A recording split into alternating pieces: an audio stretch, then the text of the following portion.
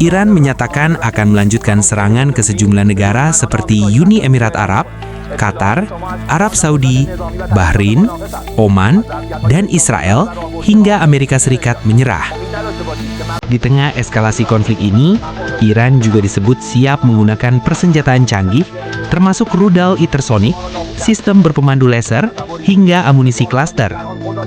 Serangan rudal dan drone Iran sebelumnya memang telah menargetkan beberapa negara Teluk dan wilayah Israel dalam konflik yang terus meluas.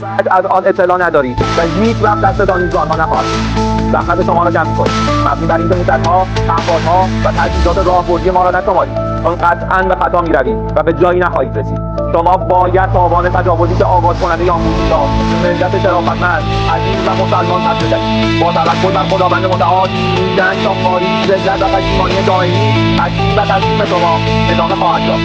در تراوم ضربات و تیرهای محکم و غیرقابل تصوری که تاکنون خودهای منتظر اقدامات سیمنجه‌تر و شیدت و ویرانگر ما باشید و مگر الا من عند الله العزیز الحکیم.